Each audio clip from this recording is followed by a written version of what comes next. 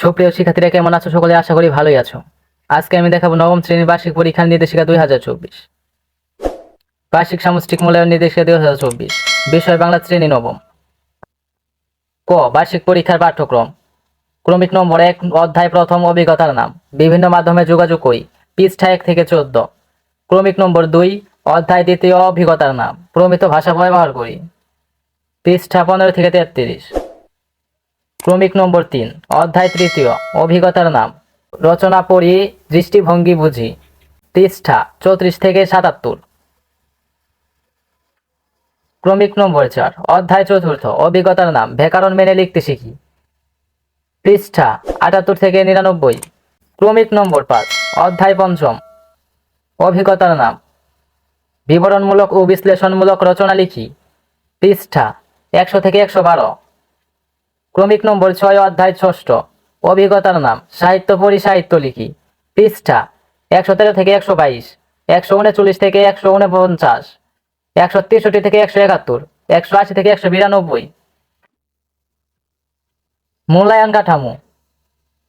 শিক্ষণকালীন 30%, সামষ্টিক 70%। ঘ, প্রশ্নের ধারা ও নম্বর বন্টন। সামষ্টিক মূল্যায়ন। অভিক্ষার ধরন, লিখিত পূর্ণ নম্বর 100। আইটেমের নাম। নৈবিত্তিক প্রশ্ন 15টি, এমসিকিউ ও 10টি এক কথায় উত্তর।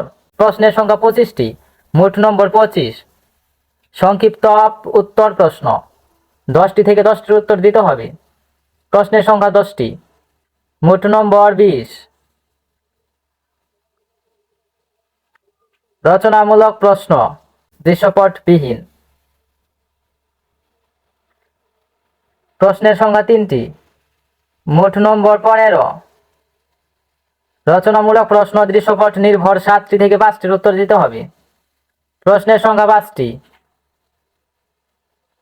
মোট নম্বর 40। সময় 3 ঘন্টা।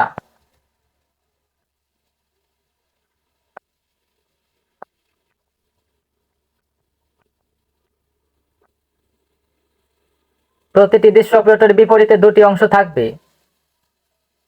মোট 100, সময় 3 ঘন্টা। 100 নম্বরের মধ্যে শিক্ষার্থীর প্রাপ্ত স্কোরকে 70-এ কনভার্ট করা হবে। 100 নম্বরের মধ্যে শিক্ষার্থীর প্রাপ্ত নম্বরকে 70%-এ কনভার্ট করা হবে। শিক্ষণকালীন মূল্যায়ন। আইটেমের নাম। অ্যাসাইনমেন্ট, ব্যবহারিক কাজ, 1টি করে নমুনা সহ, নির্ধারিত নম্বর 10। অনুসন্ধানমূলক কাজ, প্রকল্প প্রতিবেদন উপস্থাপন, 1টি করে নমুনা সহ, নির্ধারিত নম্বর 10। শ্রেণীর কাজ, পাঠ্যপুস্তকে সন্নিবেশিত একক ও দলগত কাজ, ছক পূরণ, বক্স পূরণ, ফ্লোচার্ট অঙ্কন, 1টি করে নমুনা সহ, 10 নম্বর,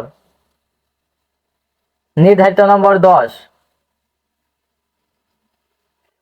মোট 30।